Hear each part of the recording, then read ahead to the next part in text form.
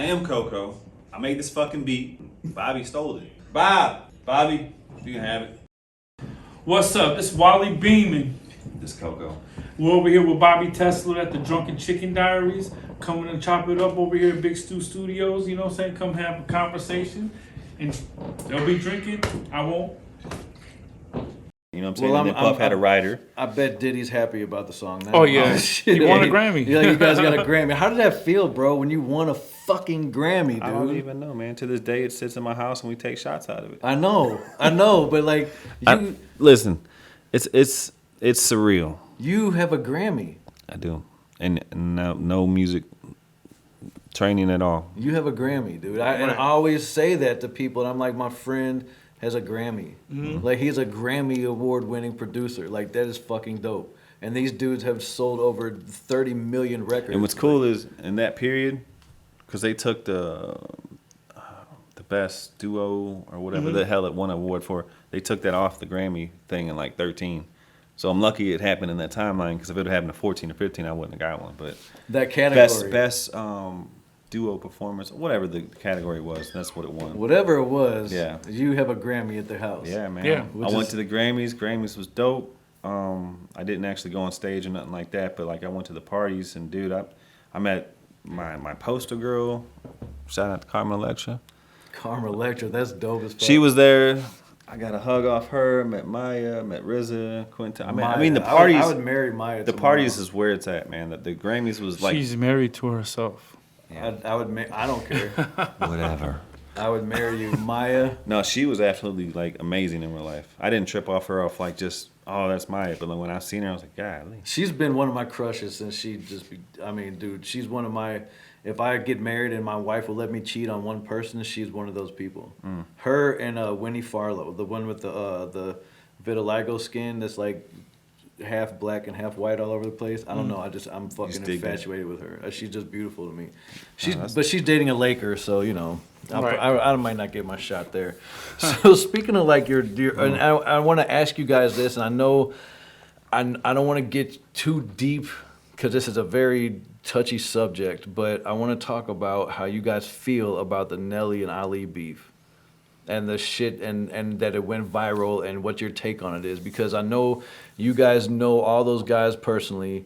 I know them not nowhere near as well as you guys do, but I've spent more time with Ali than I have Mo. But like, how do you guys feel about that? When you saw it happening, did people call you about it? Did people ask you about it? Like, and then how did you feel? How did you react to it internally? Like, how'd that make you feel? Because I mean, we're older guys, and a lot of these young people that that are listening to rap music now, like, don't even know who Ali and Nelly is. You know, right? They don't even know. Like, I remember talking to 30 Deep, and I was saying something about Murphy Lee, and he's like, "Who?" Wow. I'm like, "Are you fucking serious?" Like, he'd know him if you played the song. Lil Kel did not know who Murphy Lee was. Wow. And I'm like, he won a Grammy, dude. So, and I played the song, and he was like, yeah, it kind of sounds familiar. I'm like, what the fuck? And you're from St. Louis? Yeah. Anyway, bro, so like, what did you guys think when Ali was like going on his rant? Like, I mean, I had a conversation with Ali way before that, so I kind of knew where he was. And I just was like, in my head, I'm like, well, you know, they're brothers. They're gonna work it out, and I still believe that to the day that they're gonna work that out. You know, I mean, sometimes the family feuds, you know, but I don't talk to Nelly as much. I mean, we don't have any problems or anything like that. I'm just he's not as accessible. Yeah. You know, so I didn't talk to Nelly about that specific situation, you know. I truly believe that they're going to end up working it out somehow, some way. You know, Ali's got into some blowouts with some people and squashed it and became good friends with them again, you know. So I talked to Kiwan in depth about that before it happened, like maybe 2 or 3 weeks before it happened, the whole Ali thing.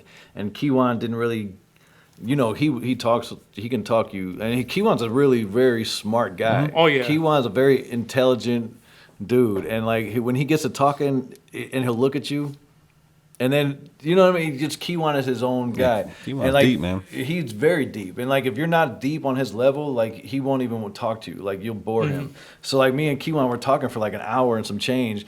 And he like kind of gave me a glimpse on it. But I'm like, yeah, like that, I'm listening because you're the homie and you're bro. But I have nothing to do with that. I'm just an ear right now. So he's like dumping it on me, like telling me about like paperwork and And I'm just like, ah, man. Like, and I didn't think anything of it. And then boom, bro, listen, this is what happened. I have City Spud on my podcast. I watched that. And City and I didn't really discuss that situation because we honestly didn't really know that it was gonna happen because it was right before. So, but we touched on like the Lunatics coming together for the 20-year anniversary, everybody being on stage except for Ali. So we talked about that briefly, and you know, City's not the most. He doesn't talk about his feelings or how he feels about a lot of shit. He's just like, you know. And that night we went right after the show. We went to Prime 55 to T Love in Orlando's restaurant because it was 3's 50th birthday party. And so we walk in the door, and I say what's up to Topher, and I say what's up to 3, and then Nelly slaps 5 with me, and Nelly's on his live when he's slapping 5s with me, and then he sees City, and he slaps 5s with City, and then he's like, "Miss my brother," you know, he's like, "The originals." So then the next day, or like the next following few days is when like I was on Facebook, and like somebody's like, here Ali goes again. And I'm like, what is Ali saying now? Because, you know, Ali will get on his things. And so I'm like, what's he talking about? So I go and look on his shit. I'm like, oh, my God.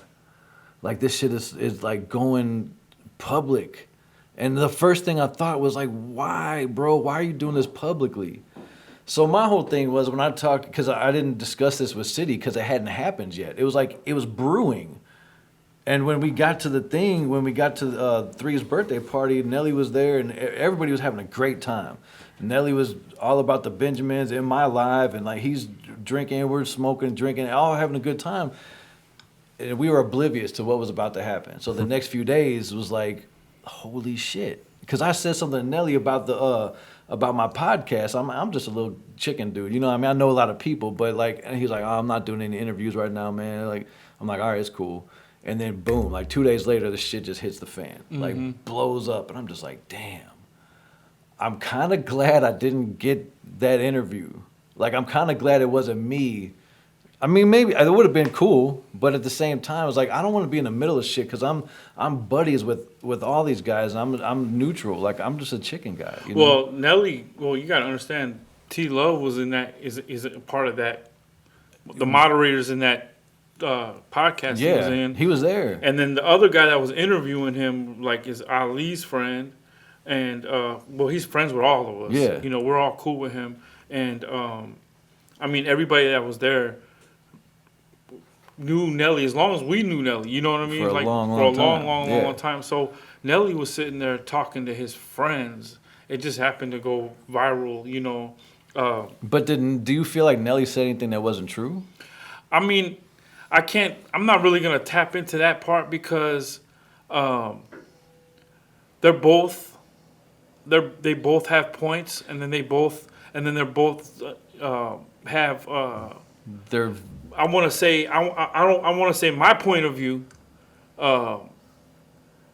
things that weren't as accurate that I recall it, you know, but at the end of the day, I really truly believe the family could feud and will come back together, even through something that looks as horrible. It looks pretty bad. Yeah, it looks pretty bad. I still the optics believe are it. terrible. Yeah, I still believe that they're gonna come back from that. You know, Because I mean, when I saw the podcast, I was like, I understood and I felt everything that Nelly was saying.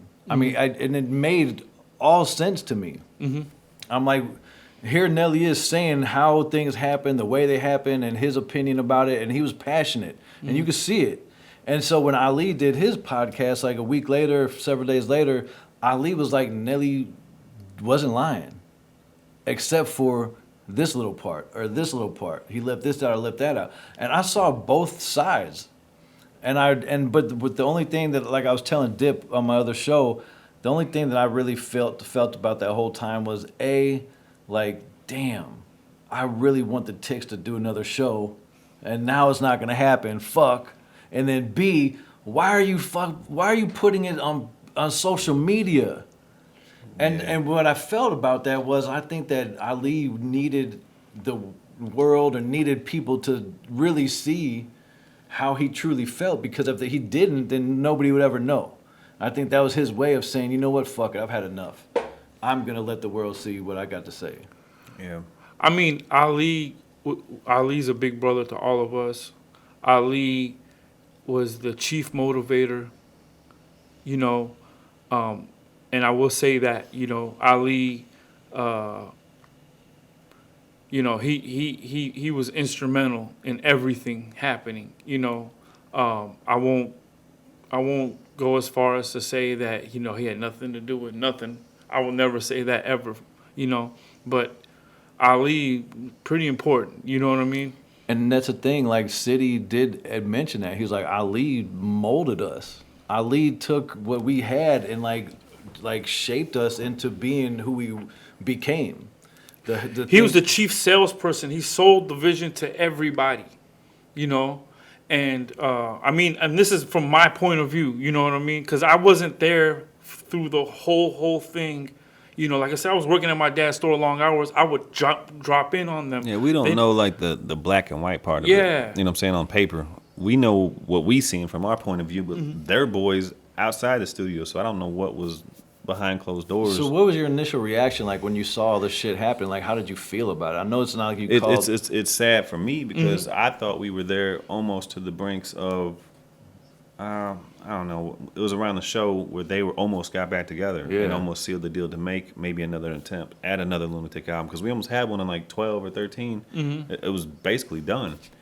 And then when you know, whatever issues, I can't speak on it because I don't know enough about, you know, to talk about it or whatever, or whose side is right and wrong. But it's sad for me as being there from day one and hoping to get a shot, because I wasn't on the first one, you know what I'm saying? Yeah. I wanted to go with this one. If they would have used us or not, I don't know. But I know we would have been there working on it. I mean... I just know they're good. They're both good dudes, like genuinely good dudes. Yeah. So, and Nelly showed a lot of love to everybody. You know, and you can't take that away from him. A lot of people in St. Louis would be like, Nelly didn't do this, Nelly didn't do that.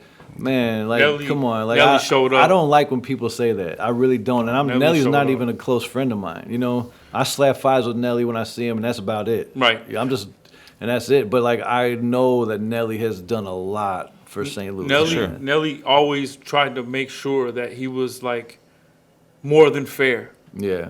And I do believe that. Yeah, for sure. I will not believe that. I know that. And I know, man, I was, dude, when like years ago when the not Country Grand, but when Kentucky Derby was like a huge thing.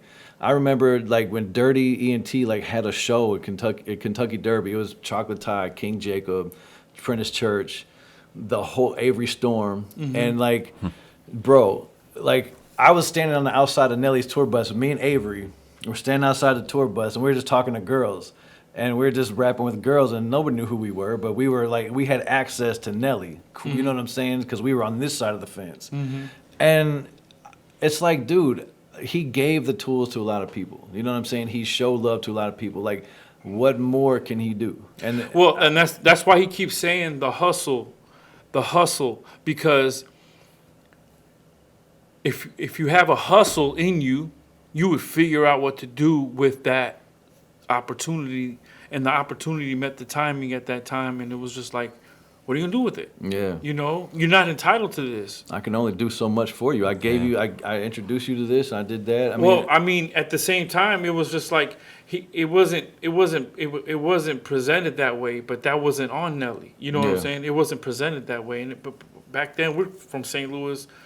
There was nobody we could look up to see how this was done here, or even just in life, you know. It was like we had an idea of how the game worked, and still to this day, a lot of people in St. Louis still believe that that's how the game works. You know, you put somebody on, and all of a sudden, people like you because I said to tell them to like you. That's not how it works. You know, you gotta be likable. Yeah, you know, not only ain't that, like you he- got to have the hustle. Yeah, it ain't like Yeah. he didn't try. You know what I'm Yeah. saying? But at the end of the day, Nelly is under Universal. You know, if Universal didn't like Avery Storm or didn't like King Jacob or blah yada yada, what's Nelly to do? It was Yeah. deeper than that, though. It was deeper than that. It was like, what can you do with the light that you have right now? It's like, are you gonna do your song and dance for these people so they could really be entertained by you, or are you gonna be cool, too cool? Like, yeah, you know, I'm a rapper. You know who I am. You know, Yeah. so now impress me. Now impress me. Show up for me now. And that was everybody's attitude. Like, That's show terrible, up for man. me now. No, and then that's why what Nelly would say, you know, I never stopped doing the song and dance and entertaining. I think you always got to do that. Mm-hmm. I do it with my business. We all do it with ours. You do what you do. You do what you do. You and I have talked about the price of French fries before, and Yeah.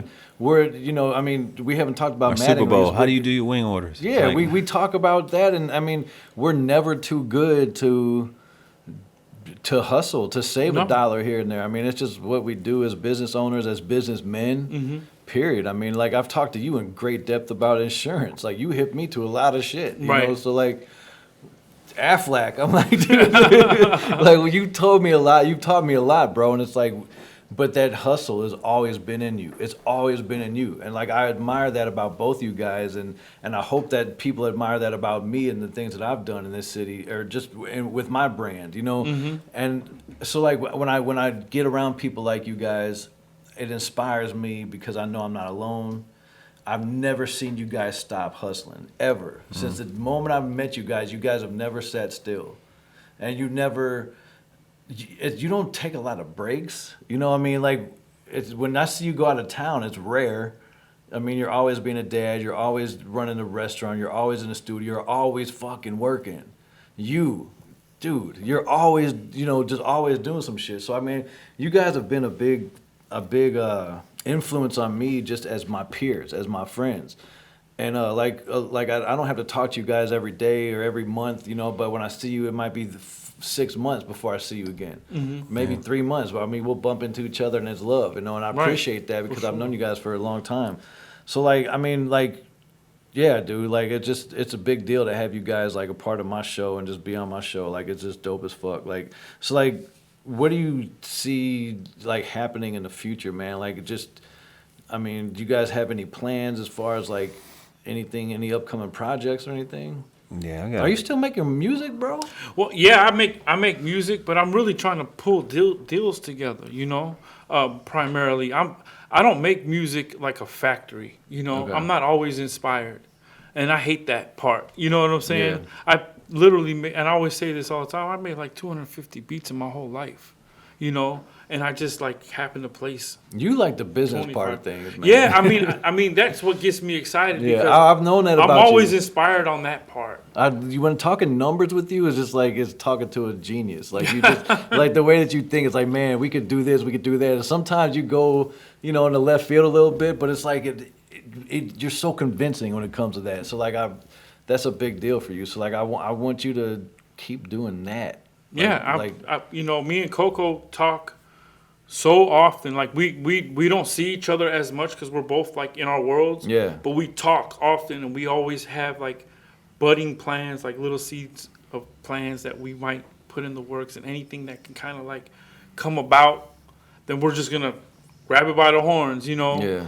Um, Do you guys feel, and well, Coco, this is more for you, bro, and I don't want to take too much time, like we're almost at the end, but I do want to ask you this. So, like, and I haven't asked you this before.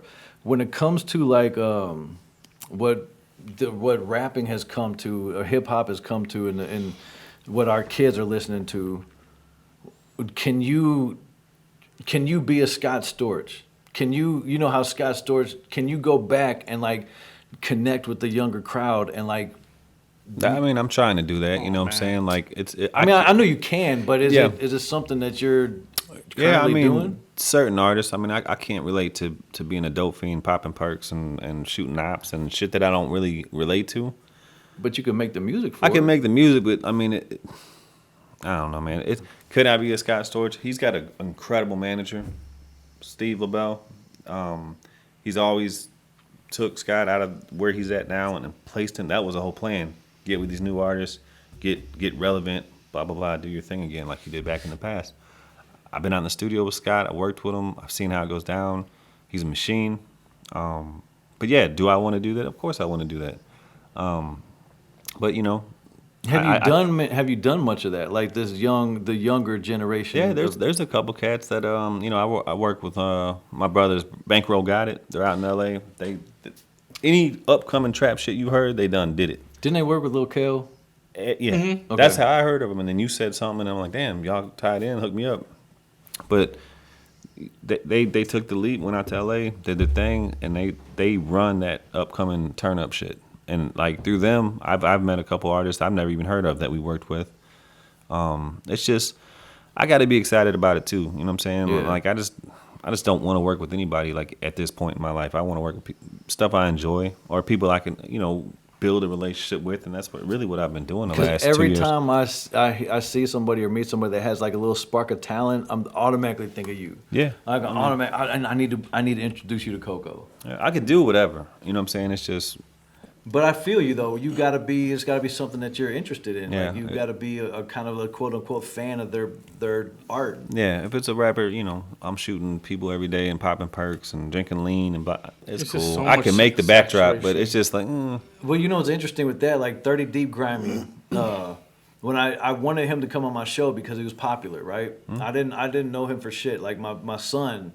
My 18-year-old son put me on him. So I'm like, yeah, he's just another, gangster rapper, whatever. And then I'm like, but I want him on my show because I want to like dig into his brain and see what he's talking about. And then, so leading up to my show with him on it, I downloaded his music and I started watching his videos and listening to his music in my car. I'm like, damn, this shit's banging. Yeah, I like his music. It became like, Shout out to 30 Deep, Yeah, man. I follow him on Instagram. I became a fan, and now he's like a nephew, you know what I mean? Like he's a little homie, and I want to see him do well, and I'm really proud of him. But like it took for somebody else to like plant that in me and say you've got to check this dude out, and I just played it over and over again, and I find myself going back to it when I'm riding. I'm like, let me play this 30 Deep, Right. Like, and he's got some shit coming out. Like man. No, I don't doubt it. Like, dude. I like his music. I like his content. Yeah. He deserves to be where he's at, man. And I hope he has a great good future ahead of him. Yeah, Man. I mean, the dude, he's got some shit. He's got the look. He's got the talent. I mean, I hope he just gets out of this bullshit and these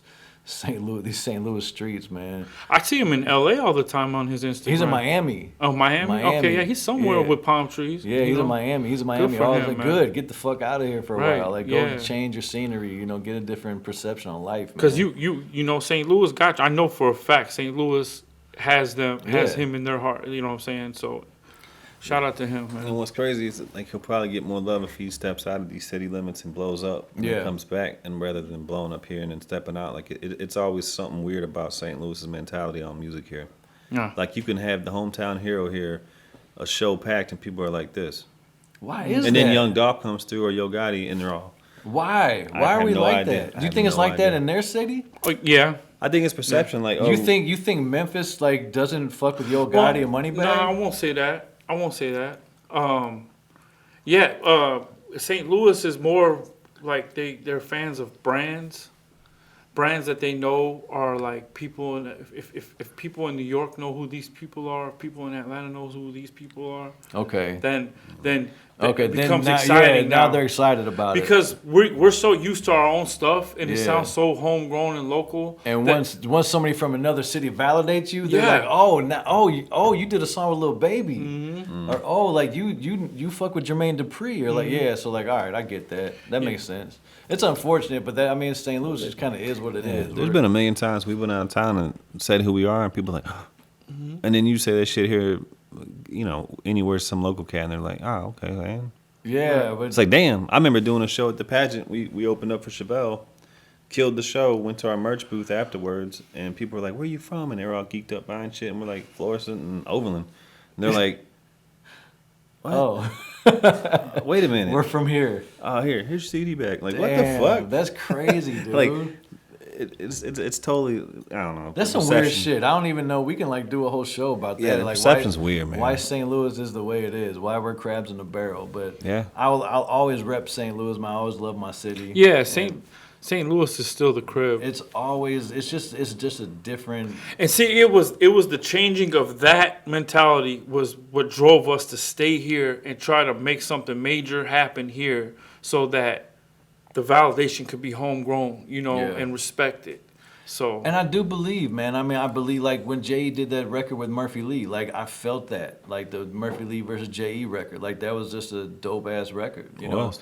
Back to the basics, like, and then you know, I love to see you guys working with like people that you worked with 20 years ago. Yeah. So I mean, if that ever does happen, and I'm hoping it does, like the Lunatics do something else, and you guys get a chance to like do that, that'll be just like. I got like 4 joints on the new Murph album. Do you?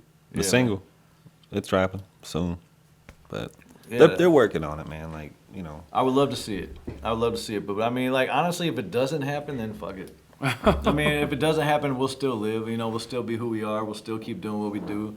We'll still keep repping the city, man. And, yeah, dude. So, like, I guess that's about a wrap. Unless you guys got Was there a anything time you wanna limit? drop. No. Oh, we can bullshit with I want you to tell me, like, what your... I mean, we didn't talk about the restaurant. We didn't talk about, like, other things. But, like, we can rap all day about restaurants. yeah, I don't even want... we could do a part 2. I don't want to talk about restaurants. There's a lot of things that we didn't talk about Are you today. having an issue with employees? Yeah. Like, people don't want to work, or they bitch about work? Oh yeah, It's bad. It's bad. Or bad, they bad. use COVID for an excuse to go out and kick it? It's bad. I find myself in the restaurant working their jobs for them. And literally Saturday, I closed the restaurant down, put a sign on the door, and I closed it. We did that today. I'm like, you guys are not gonna fucking stop my personal life any longer. I'm shutting the doors. Watch this shit. I literally did that Saturday. I put a sign on the door that said we're closed for the rest of the day. We'll see you on Tuesday. Yeah. Look at these last 2. This today. I wanted to say that, bro. And then look at the one on the bottom. She ain't playing. She ain't not playing. Jackie did that? Yeah. Let me see that. What is that? Facebook? So this all stems from. We're gonna employees get off the bullshit. air and talk about that. Yeah. Shit. So this last 2.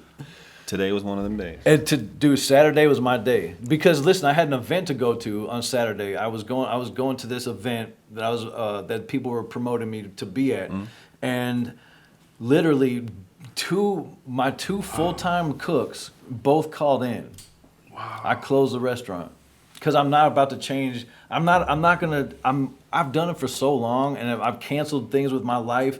Bro, I don't even have a lot of friends anymore because my business takes so much out of me to the point where I'm physically, like, it's caused health issues, and I've, like, socially, like, I just haven't been able to attend shit because of employees. Yeah. It's that fucking bad, dude. So yeah, dude, like, oh man, I don't even want to get into that. I'm gonna wrap this show up. We'll talk about that in a second. We could do a part 2. Damn, really? Shit. All right, well, damn. All right.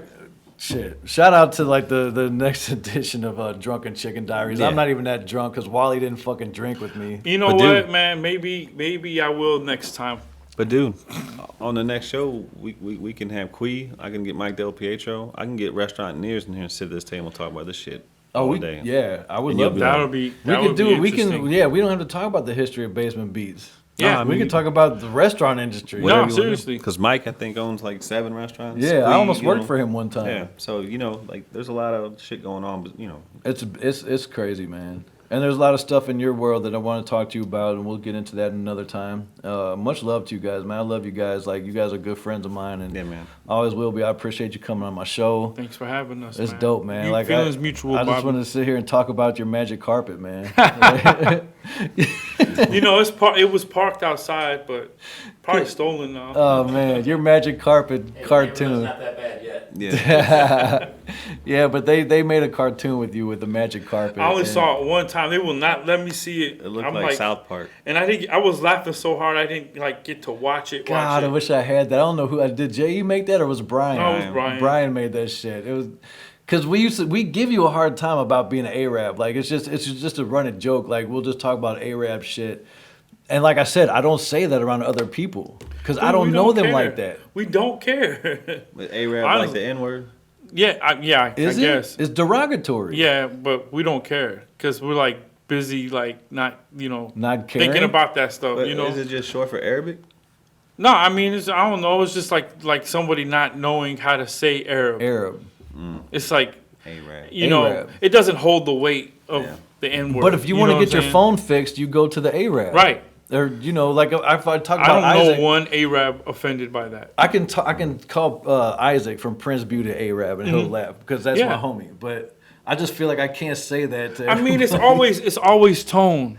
You know what I'm saying? You could be like, man, I think you're fucking nice. You know what I'm saying? Okay. And that could be fighting words. All right. You know, it's all tone. Well, yeah, I mean, but you wouldn't like if I like the Chinaman, like we go get some Chinese I do food. not know one Chinese person offended by that. I say Chinaman. I don't think is that bad. Yeah, that's the Chinaman. Yeah, that's. He's like, is that bad? Just, I don't say Chinaman. I almost said the ER. But we don't. I say Chinaman. Is that But we don't Term like. of endearment. Chinaman? But right, I'll say This the dude's a Arab. fool, man. I'll say I that- won't never say that again. Then. Damn, But my the bad. Chinaman is like that's where we go get our Chinese food. The Yeah. Chinaman. Yeah, but see, I mean, it's more people. Other people get offended by. I don't know one Chinese person that would be offended by that. Well, how many Chinese people do you know? I know Chinese people. Do you? Yeah, hell yeah. Especially, I've been dealing with Amazon lately. I see a bunch of them there. So There's no way in hell. would you I'm just saying. I'm dead serious. But would you talk about the Chinaman? Like, would you like if you wanted to go get a box I mean, of rice? I mean, not that I recall, but I can't picture them saying, "Hey, dude, well, maybe what'd you say?" Like, I what, don't say dude like that. dude? They're What not did you gonna say, say? dude, unless they're like born in America, like they're American Chinaman. Yeah, I mean, I don't see the That Chinese. was I don't bad. see. American I'm Chinese. saying I don't see Chinese people, native Chinese people, Getting mad. getting mad. First generation Chinese people getting mad. Can Unless Chinese they're people- not. Hold on. Now they will get mad if they're not from China. But if they are Chinese, Yeah, I don't see them getting mad. I don't. But you know, I think it's for. I think cancel culture gets. so if offended somebody by you that. don't know, and clearly never met in your life before, calls you an Arab, No, I won't give a shit. Would they say what's up with your magic carpet? I'm do not know. and I don't know them. Like, Oh, what's dude, up, Khaled? Like, oh, okay, you trying to be funny? You know? I mean, no. I mean, look, I'm on Clubhouse every day, all day, right? He ain't lying. And they'll say, dude, you look like DJ Khaled if he lost weight, blah blah blah blah. Damn. You know, like, oh, okay, thanks. You know, I mean, like, what do don't I think say you'd about be that? offended. Like, but you're a special kind of guy. I don't think you're offended. That's by a what's lot of funny things. about him. Like he's always been almost the butt of our jokes, like growing up, but he don't get mad. Like They've he's tried done to. fell asleep. We drew dicks on his head. Went to 7-Eleven. Didn't tell him he's getting Slurpee. Everybody's like, "What?" And everybody's laughing. Like, dude, you got a dick on your head, you know, or swastika. Yeah. We drew a swastika. Yo, they drew a swastika on my head, and I walked in the Quick Trip like, dude, Did what not the know. fuck is wrong with you? We're dying. That's so fucked up. It's hilarious because like I would fall asleep and they would be pranks. We do it to each other, you know what I'm saying? But like, I know that like some of the stuff that they say to me, because I'm different, you know what I'm saying? Like I'm different, you know. But it's like I just don't take it in vain, you know. I'm not the common American, you know what I'm saying? What's that mean? Yeah, what's a Common common American? A common. Uh-oh. Now we're on this subject. Uh-oh. Did I say something to offend you guys? What's a common American? Oh, you guys. No. No, we're not. We listen to rap music. Oh, that's common. That's the common human being now. Huh? But hey, you're kind of American too. You voted for Trump. Who What voted the for Trump? fuck? You voted No, for? I'm You know, shit. goddamn He was well. the biggest God. troll You know on Facebook damn well about I I vote was for gonna no say, like, fucking right Trump. on Facebook, like you're. Yeah. Yeah, definitely not. No, you know I didn't vote. We won't get into drunk politics. You know what though? Here's my thing though, real quick, and fuck, not real quick. I do want to dig into this real quick. Not real quick. Your Facebook posts, bro, are some of the most interesting. Like somebody else can post a novel on Facebook and I won't even pay attention to it, but when you do, I read every word of that shit, and Dude, and I put myself there. He's the Bob Ross of words. You are the most eloquent person when it comes to describing and making a description and painting the picture for somebody that whoever's reading the shit feels like they're part of it. And like the last one you did, like my heart's with you, bro. I know you received, you know, you had a loss recently, man, and you know, shit, hug. But I mean, the things that you say, bro, like I think it was about Wes or Solo, like with the potato chips. Was that you? Yeah. Who ate his chip? Or he had a bag of chips. Dude, he was bragging about how He we had were a- starving. Yeah. Yeah, And he bust out a fucking bag of potato chips, so I fucking ran across the room, jumped up. That was the funniest and booty shit bombed his ever. chips, and then went. And Solo's face was like, Yeah. Well, No, that that hungry was shit. hilarious. You read that story, Yeah, right? dude. It's like, and see, a lot of people that don't know that, like, Solo, real quick. Solo is responsible for a lot of fucking shit in St. Louis, like hip hop culture. And when I first met him, he was like the Red Bull rep for Streetfighterz that would just give us all this free Red Bull. And then he just became the homie. And he's the dorky white guy that. How do you have connections type of guy? Yeah. Like, you know, you Dude, look we at me met like, Michael Jordan. Being with him, we met Michael Jordan. yeah. yeah, he's No, the, and I just kicked it with him. Like, we kicked it with him. Like, Kicked it with him. much respect, like love. Like, he's it the was crazy. guy that you would look at him like, no way. And then it happens. And he's always been that guy. So, Stu, do you know who Solo is? Wes, Shrewd marketing. he died, what was that, like 6 months ago? He passed away, in September. okay. But he had like his roots ran very deep in St. Louis when it came to like hip hop culture, artistry, like graffiti culture, like just like hip hop, right? I mean, and then he had some cricket stores. Well, he serviced all the DJs. He was the liaison between the labels and the DJs. He serviced the DJs with all the new records. He had a record pool. He would also be the guy that did all the DJ email blasts before it was a thing. Marketing genius. Yeah. You know, I mean, and Solo was like, it was just like he was just He was a prankster too. Yeah, he was. funny as shit. Funny ass dude, man. He managed us for a little bit, you know. Did he? Yeah, that's how we met Michael Steadfast. Jordan. And we were, he managed I know, Steadfast yeah, and okay, he Basement did And then when we manage first Steadfast. signed Jenna, he was helping out with that. I do campaign. remember that. Like, yeah, man, wow. But yeah, all that's to say is like your Facebook post when you was like, I don't know how you start off. What do you say? Like long post alert or? That was on my with Toya when she passed away. I said because it was long. It took me a lot while. of your yeah. shit is long, bro. Like a lot. When you go for Right. a long time, and it's really good shit. It's Right. like, hopefully you should like put those in a folder somewhere. Like actually, He told me the same thing. like that's stuff that he and I don't do. We got it in our head, but we don't pour it out there like that. And when you tell a story, it's like so vivid. The Solo story, the Toya story. You did another one about Nelly or some shit with like or Nick Loftus. I don't know, like some shit you did. Like I don't know. I did but- one about Nelly's sister. Okay. Yeah. But you've done a couple other ones. I mean, I just know that like whenever you do something on social media, I pay attention to it because it entertains me, either in a good way or a heartfelt way, or I'm connected to it because maybe because you're my friend or just because I just think that you're a dope ass writer. I don't know. Thanks, You got a good man. I memory, appreciate man. that, I man. do have a good memory. Only when I have selective memory because a lot of shit I don't remember. I wrote a story about the shake your tail feather. Did you? Yeah. On Facebook? Yeah. You know, somewhere that shit's on tape, What is? like the whole session. Because back when this shit wasn't cool and there was just two ways, and maybe Nextel phones or two ways, he had a videographer. And then maybe that's why he changed clothes like 3 times. And we thought, like, what the hell did you just change Wasn't he clothes? filming the reality show with the making the band and they were there too? Could have been. I don't know. Oh, so I know that whole session is on tape somewhere. So Shake Your Tail Feather session is on tape somewhere, and you'll never see it. I don't know. Maybe Probably one day. won't. He said because they were just giving him shit about, because that's the days of them shits. Like, The big camera. I don't think it was Yeah. that old, bro. no, Come on. that's what he had on the show. He had a big boy camera. That's like, what our grandparents had. No, this dude had like a for real like studio camera. Like it wasn't no little this. It Oh, was, you talking about one of those? Okay, It was big. okay, the studio quality shit. And he said he was, making a documentary one day of his life. So maybe one day that'll surface. I know it's somewhere in the archives. I would love to have it because I'm sure I look like a little deer in the headlights.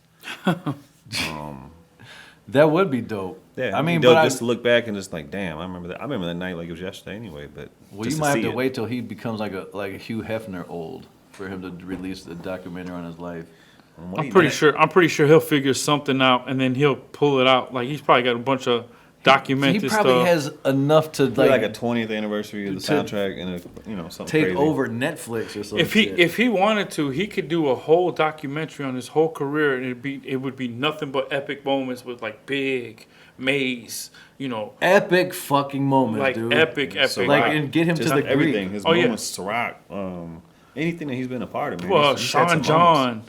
John, Yeah. you know what I'm saying? Just Neptunes, Nelly, and all this stuff. It'd be great. I hope he hears me say that. Dude, He can a do that. That would lot be of so us dope. would appreciate that. I think that a Diddy movie or documentary Kind of like the Black Godfather with it'd be like three. It would be like 3 movies long, like a Netflix There should be a movie series. about the Ticks, all the way up until the day There should be, bro. they got on.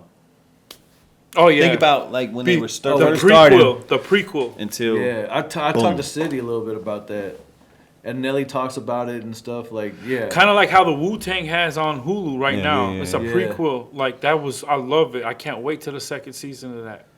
I'm a huge Wu-Tang fan. Did you watch that? Yeah, Oh like my it was God. just, dude. It brought me back, bro. Like I'm just like, dude, I mean, that's what brought us together. Mm-hmm. Honestly, me and Jay at least. That's what connected them dots. Because this little nerdy ass dude, he DJ. He say DJ.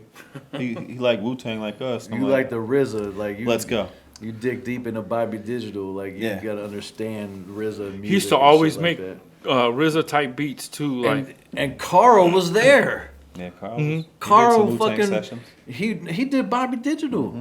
yeah, And when I heard, see, a lot of people don't know Bobby Digital. I'm probably boring a lot of people right now. I don't give a fuck. But Bobby. Bobby Digital, I connected to that because of my name. But when I'm a big RZA fan, so I'm listening to Bobby Digital, and I'm a big fan. I know all the words to that whole record. It was like a classic. It's like Reasonable Domestic Doubt. Violence is my favorite. And so I listened to Just that fun. record, and then when Carl told me that he mixed that whole record, I said, Carl. He's like, I did. And dude, I went and checked. Like I had to fact check, and Carl Napa engineered that record. Yeah. And that was fucking huge. That was pretty dope. So Very dope. yeah, I'm a big Wu-Tang fan, and like just to know that Carl was in there with those guys, and like when Method Man and Redman did a show here in St. Louis at Pops, I went by myself. I was literally I couldn't get anybody to go with me.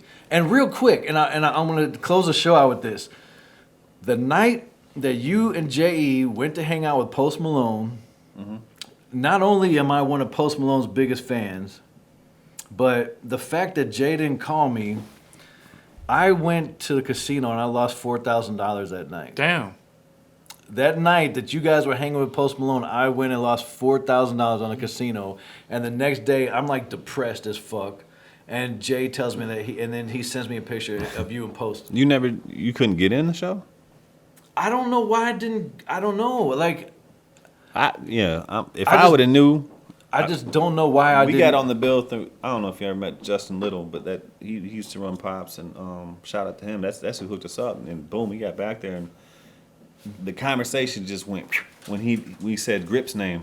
It's like, oh yeah, Nelly's producer, blah blah blah. Back then, he's like, yeah, and then we said something. It's like, oh, so you know Grip, and Post was like, Grip, I love Grip. Everybody loves Grip. Everybody loves Yeah. Big Grip. Shout out to Big Grip. Yeah. So once we made that connection, he was like, "Man, whatever y'all need," and we got his number and bullshitted. And I think right after that is when, like his home got invaded, and he had like a little plane crash, and he got Yeah. T-boned. All this shit happened in like a month, and he changed numbers.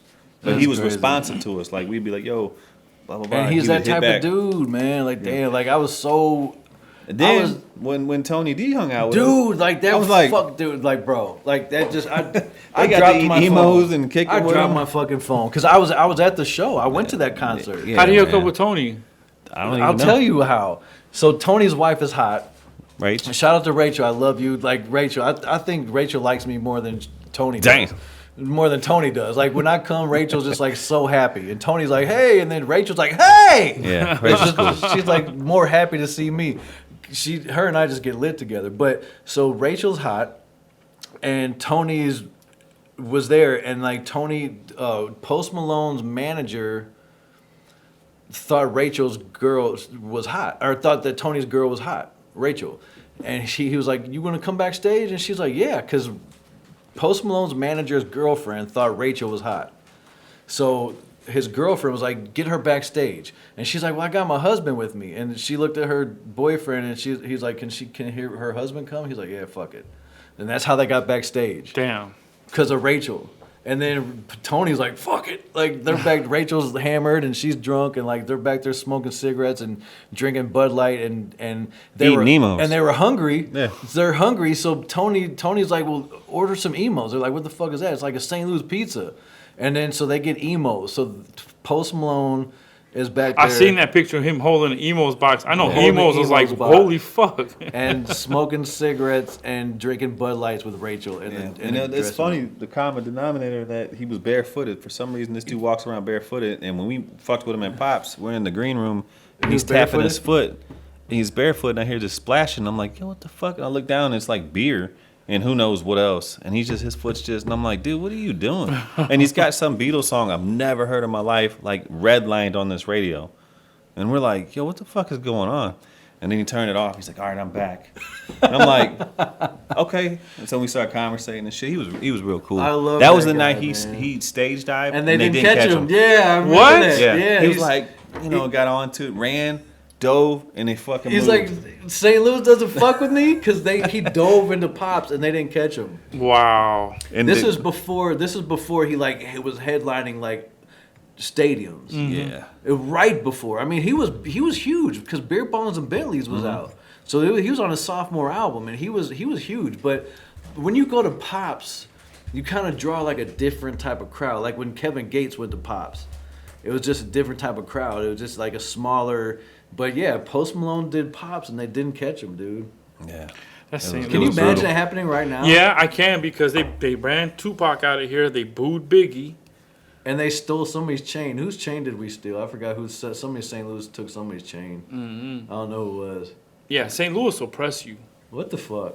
St. Louis. But yeah, that Good was for that. It was that night that you guys. Shit, were if hanging I out with knew, them. you It would have saved. It would have saved me $4,000, Right, and right, B, I would have got to like meet my star crush, my dude crush. What? I love Post Malone, dude.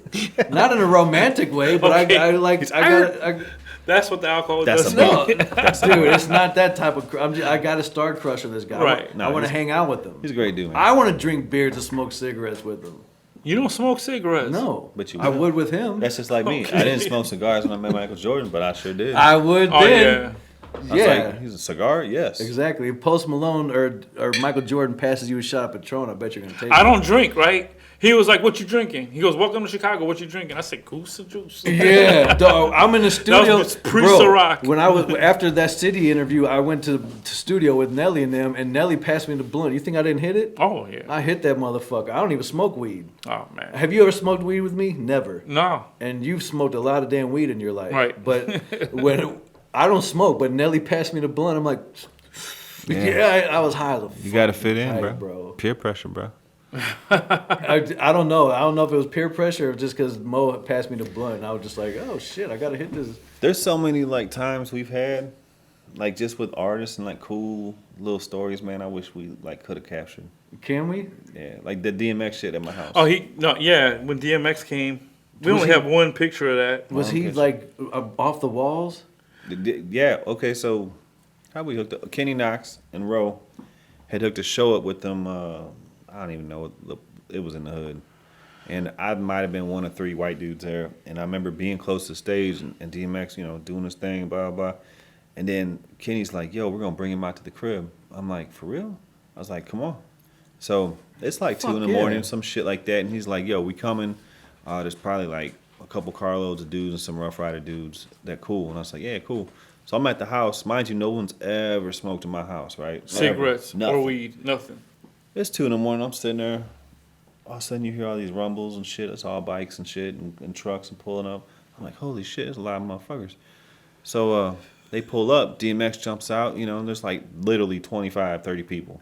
And I'm like, what the fuck is going on, And your wife is asleep. No, she wasn't even there. So Okay. I text her because X walks in, like parted the sea of crowd of people, and he comes in. He's like, I like this house. This is a nice house. And I was like, oh, right on, man. I appreciate you, man. Big fan. He goes downstairs. I'm trying to get everybody, make sure they go in the right way, and blah blah blah. Shut the door. Come down, X got a cigarette, and he's just blowing shit. Back to back. And I'm like, oh shit. Like, do I tell this dude and fuck up the whole vibe and be like, bro, you can't smoke in here? And Fuck then, no. or is that his vice he has to get, in the studio and do? Yeah. So I text my wife. I'm like, look, I said, you're gonna come home and you're not gonna believe this shit, and you're gonna think I'm having a party. You probably can't even park in the driveway, let alone the block. But does she understand? But DMX is here, chain smoking. What'd she say? Yeah, right. I'm like, okay, when you come home and the house smells like an ashtray, you'll know why. And she's like, DMX. And I'm like, the real DMX, like, for real. So this moment, dude, we're playing beats. He sounds just like the CD in real life. You know Yeah. what I'm saying? I saw him on Drink Champs. He was out of his fucking mind. Dude, he took his shirt off. He's sweating. We're in the theater. I'm playing music. There's motherfuckers I don't know running around, jumping up and down. So you had a party? I had a party with DMX in my house, rapping over my beats. I was there. Like a concert. And then there's a point, and it's still to this day, I'll take a picture and send it to you. But he's sitting there and goes, yo, let's listen to this gospel stuff I got. And I'm like, gospel? And he's like, so he brings out a CD book, old school shit, right? He's got all these CDs, and they're not marked. He just knows which CD is which. Boom. Puts that shit in. Song comes on. He's like getting amped up, and he like feels the spirit. He jumps up and hits his head on my theater, on the wall. Yeah. To this day, there's a little skid mark. From with his head? DMX forehead skid mark. I can't believe that shit, man. And it was just so Damn. surreal. My house smelled like cigarettes for like a 2 week. weeks. And Yeah. I wish I would have got all the freestyle shit on tape, because it was that moment, you know what I'm saying? Goosebumps. Damn, man. It's Yeah, like, it's- it was like And- for real. All I got was a pic. I'm sure there's like so many moments that you wish you just had a videographer. Had Just- Master P at the house. Had Yeah. Mystical at the house. Man, What? Yeah, Master P. Yeah. Master P's Yeah, been a to your couple house? times. Yeah, I've had P with Crib, DMC, a whole bunch of people, man. Yeah, Run DMC. Yeah. Charlie Chan's their DJ. He rolled under Yeah, Jam Master J. I knew he was. Yeah, Yeah. damn, dude. Yeah. That's fucking when epic, Master bro. P came in the crib, I remember it was Kid Trails people. I forgot who called me about it, but he was like, yo, we're doing Summer Jam. Master P's the main headline, and he don't got a show tape. I'm like, what? How do you not come to St. Louis with your headline and you don't have a show tape? He's like, do you got some of his instrumentals? I'm like, man, I guess. Bring him through. We'll figure something out. And then he gets there, and we're digging through CDs and YouTube and trying to put together this show tape. And I was just like, fucking Master P is in my house right now. You know what I'm saying? Like it was surreal. Like, Did you put it together? Yeah, I mean, we ended up putting the show together. But I was just in my head, like, how do you not get that? Like, how do you not have that in your email before you leave the crib? Right. Or something, you know what I'm saying? And Master P's in my house. Yeah, like, Right. dude, and I'm just tripping up all the shit he's did. And I'm just like, damn, he was hella cool. Mystical was another dude. My neighbor had no idea, and we're down there playing pool, and I knew Kool-Aid was bringing him over, and I was like, oh, okay. So I'm just bullshitting, and I'm playing Mystical on the CD, and my neighbor's like, dude, I just had this in my car. We're just whatever. I'm just trying to hype him up and shit, because I knew he was coming over, and he was a big Mystical fan, and doorbell rings and shit, and he comes downstairs, and my boy's playing pool, and he's like, yo, what the fuck?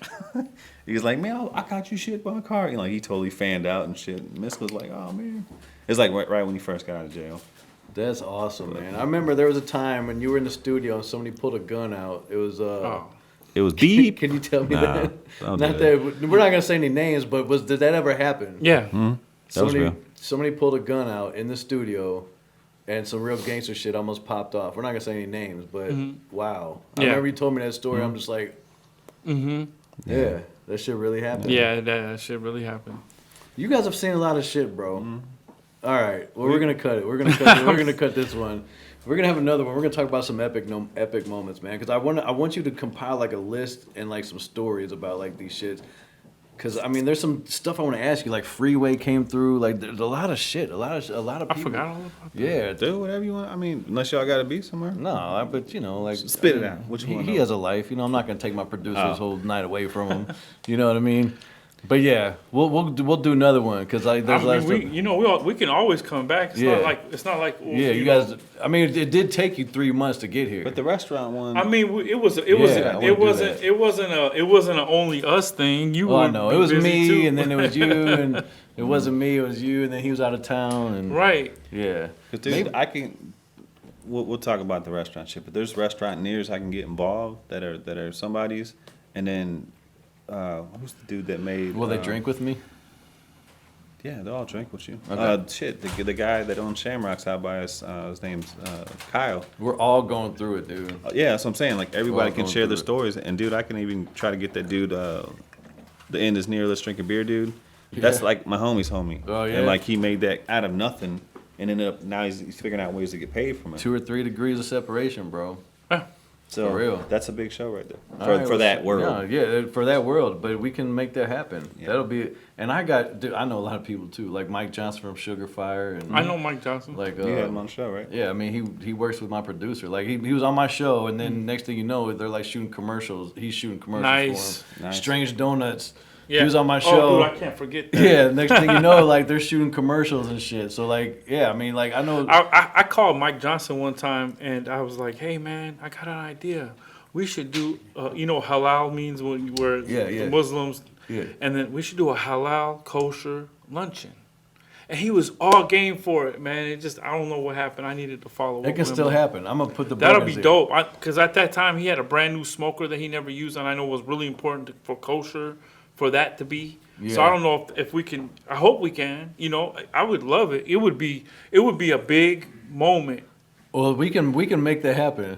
But I'm shooting some shit with Mike on Thursday and Friday this coming week, so Ask I'll Mike. mention- Ask Mike if he remembers when I called him and asked him, and he was like really game for you the can idea. pull up. Hey, Okay. wait Let till me you know. see this mind blowing shit. I ain't even gonna tell Bobby about it, but this shit. It's gonna Well, be- I mean, it's gonna I'm be I'm- These I'll guys pull are up. doing all kinds of mind blowing shit without me, dude. I feel kind of left out, bro. Like I just want to be an extra. Can I come? I'm gonna call Mike. You know what? I was just talking about this today with somebody who was here. Somebody, and I'll tell you. I'll give you a gist of it. That we may need everybody. 'Cause Well- it's gonna be that fucking dope. Word? Well, we're down, so whatever. Little old me? Little old us? All right, we'll Have come. you, standing on the table or something. I'll be a What fucking an extra. I love Sugar With Fire, who? man. Sugar Yeah. Fire? I Sugar love Fire, Be at the yeah. Sugar high Fire. point, and we're gonna do this one's for the high point. Oh, okay. Yeah, I love Sugar Fire. So Well, shout out it's to whatever. Mike Johnson, man. We'll Yeah. do. There's a lot of shit that we could do, man. But we'll have another show because I like talking to you guys. We got some more stories that we didn't even get to today, but Right. we're running on 2 hours now. We might have to chop this up into 2 episodes. But That's For the cool. record, this is the longest episode ever. Just so. Damn. Well, Damn. we're yeah, 20 these are the years homies deep, that we but- still didn't get into a lot of shit. Well, the longest one's gonna be with the Streetfighterz if they ever come. Those, through. hey, look, shout out, not shout out, Streetfighterz. If you're listening, stop fucking dodging me and get on my fucking show before I start talking shit. Because I Damn. love you guys like brothers, but I will talk shit about you. But I will talk shit about these guys. If we're snubbing on if- those, yeah, if they- which we would never do. You know what I'm saying? Because they came on my show. So now, Streetfighterz, Steve, Adam, don't make me get ex-Streetfighterz on my show. Where's James been? I haven't heard from James in fucking years. Mm. I don't know, bro. Every once in a while, I seen this chick on Instagram. Tina, what's her name? His ex-wife or wife, I don't know. It's strange. I don't know. But yeah, Tina. Yeah, shout out to you, Tina. Yeah, whatever. I mean, she's still around. She likes me on Instagram, but I don't know where James is. I I haven't still talked talk to to James in a long time. Dub. Dub C, because he's a Harley guy. Yeah, I grew up with him, too. Yeah, like Willie Chris. I can get Willie Chris and Dan Farley on my show and talk about Streetfighterz for 3 fucking hours. Yeah. So, Adam, if you're listening, I'm gonna fucking capture this and just send it. Put to the him. volleyball down, Yeah. Adam. Put the volleyball down. Hey, Steve. Steve just opened a Harley shop down the street from here. Really? Really? Yeah. He don't come say what's up. He's gonna get on my fucking show. Right. I'm gonna kidnap him and then put a microphone in front of him. Damn. I'm gonna set him down in this chair, take the hood off, and he's got a microphone. Be like, well, I guess I'm on your show now. I'll make you talk, motherfucker. Remember that time in Cleveland? Yeah. Make you talk. All right, anyway. Fuck. I don't even want to stop, but we'll stop. We'll have another one. Drunken Chicken Diaries. It's another episode. We're out of here. When do you get drunk? Peace. Next time we will.